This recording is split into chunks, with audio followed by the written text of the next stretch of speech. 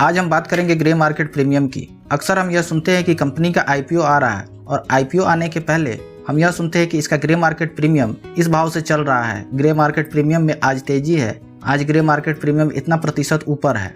आखिर ये grey market premium क्या होता है और ये काम कैसे करता है, इन सभी को डिटेल में समझने की कोशिश करेंगे। तो आइए शुरू करते हैं।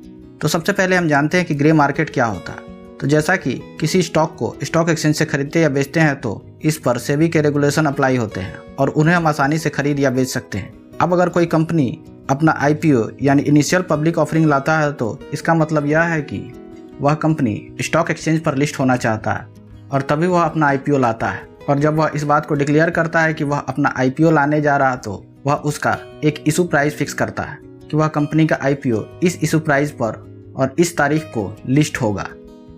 लेकिन जब वह आईपीओ लिस्ट नहीं हो जाता तब तक उसे हम स्टॉक एक्सचेंज से ही खरीद या बेच नहीं सकते।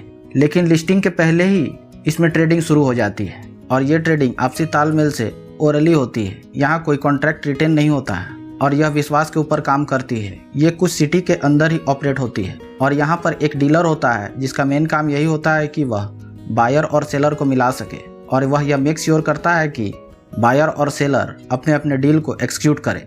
चूँकि इस डील के ऊपर किसी रेगुलेटरी का रेगुलेशन अप्लाई नहीं होता है, इसलिए इसे हम ग्रे मार्केट कहते हैं या इसे अनऑफिशियल मार्केट भी कहते हैं।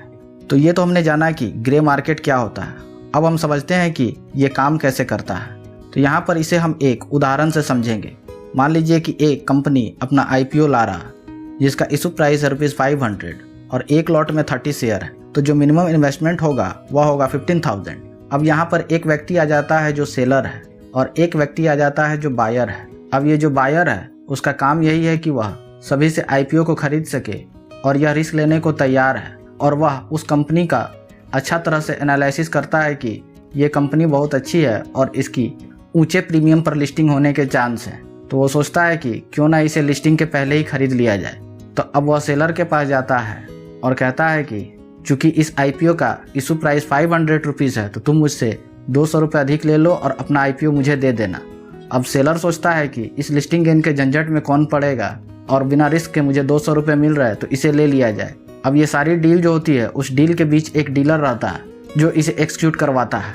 क्योंकि यहाँ पर ये सारी डील जो हो रही है वह आईपीओ लिस्टिंग से पहले हो रही है और यहाँ जो ये बायर प्रीमियम पे कर रहा है वह लिस्टिंग के पहले कर रहा है, इसलिए इस प्रीमियम को हम ग्रे मार्केट प्रीमियम कहते हैं।